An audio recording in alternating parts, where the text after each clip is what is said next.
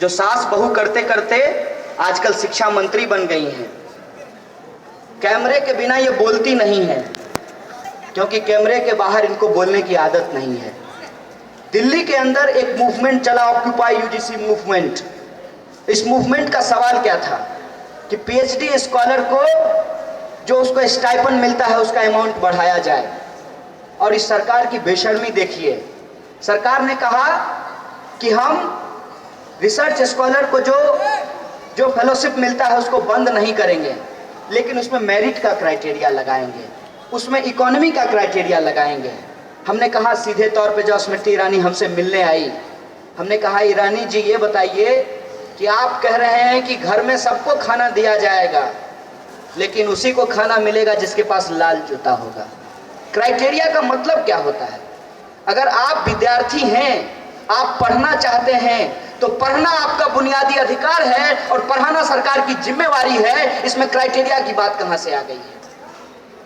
ये सरकार कितने पतित तरीके से विद्यार्थियों से पेश आती है, इसका उदाहरण मैं आपको बताता हूं। जब भी हम लोग किसी सवाल को लेकर मांग करने जाते हैं तो बात करने की बजाय हमारे ऊपर लाठियां चलाई जाती हैं। एक दिन तो हद ही हो गया, हैदराबाद वाले सवाल को लेकर जब हम लोग प्रोटेस्ट कर रहे थे एमएचआरडी पे, तो इनकी पुलिस का पानी खत्म हो गया।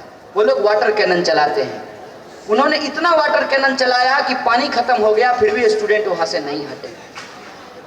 इस देश की हालत बहुत गंभीर है और तमाम देश के महापुरुषों ने, महानुभावों ने, ऐतिहासिक पुरुषों ने, दुनिया के तमाम विद्वानों ने कहा है कि जिस देश में शिक्षा की हालत ठीक नहीं है वो देश कतई ठीक नहीं हो सकता, वो देश कतई अच्छा नहीं हो सकता। इसीलिए आप तमाम विद्यार्थियों से मेरा एक छोटा सा अपील है कि इस देश की राजनीति शिक्षा के विरुद्ध है, विद्यार्थियों के विरुद्ध है, और इसीलिए विद्यार्थियों को ये जिम्मेवारी लेना पड़ेगा कि शिक्षा उसका बुनियादी अधिकार है। ये बुनियादी अधिकार उसको हर हाल में मिलना चाहिए और इस बुनियादी अधिकार को पाने के लिए जो भी जरूरी चीज़ें हैं, चाहे स्टूडेंट के अनुपात में शिक्षकों की बहाली हो, चाहे कॉलेज में लाइब्रेरी की व्यवस्था हो, चाहे कॉलेज में स्पोर्ट्स फैसिलिटी हो, चाहे तमाम जो बेसिक फैसिलिटी हो, उसकी व्यवस्था सरकार को करनी पड़ेगी। और यह जो फंड का रोना रोती है सरकार, इस फंड के रोने से सरकार को बाहर आना पड़ेगा और उसको इस बात का हिसाब देना पड़ेगा कि जब आप बार बार उड़ करके जाते हैं तो उसका पैसा कहाँ से आता है, जब आप अमेरिका और लंदन की सैर लगाते हैं तो उसका पैसा कहाँ से आता है, और जब हम शिक्षा मांगते हैं तो आप कहते हैं कि हमारे पास पैसा नहीं है। ये जो जादूगरी के नाम पे गोरख धंधा चल रहा है, उस जादूगरी को हमको एक्सपोज करना है और उनको बताना है कि अमिताभ बच्चन की फिल्म अच्छी लगती है, ये एक बात है, लेकिन अमिताभ बच्चन अगर कहेगा कि फेयर एंड लवली लगा लेने से गोरा हो जाएंगे, इस बात को हम मानने के लिए तैयार नहीं है। तेंदुलकर अच्छा क्रिकेटर हो सकता है, लेकिन वो कहे कि बूस्ट इज माय एनर्जी, तो हम बताएंगे कि तुम्हारी एनर्जी हो सकती है क्योंकि तुमको करोड़ों रुपया मिला है, हमारे लिए तो 2 जून की रोटी मिल जाए यही माय एनर्जी है। आज स्टूडेंट को रेशनल थिंकिंग के साथ खड़ा होने की ज़रूरत है।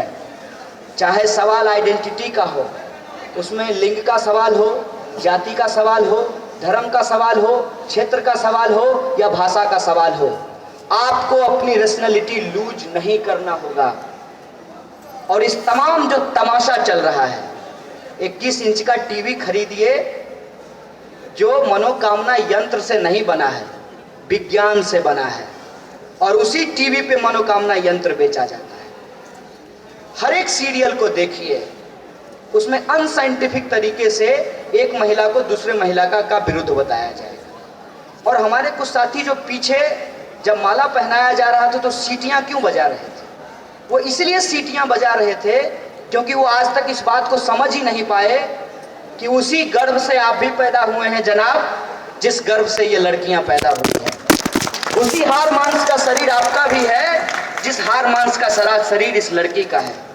किस तरीके से हमारे माइंड को कंस्ट्रक्ट किया जाता है, कैसे एक लड़के के दिमाग में लड़की की पूरी बॉडी को लेकर के एक कंस्ट्रक्शन किया जाता है।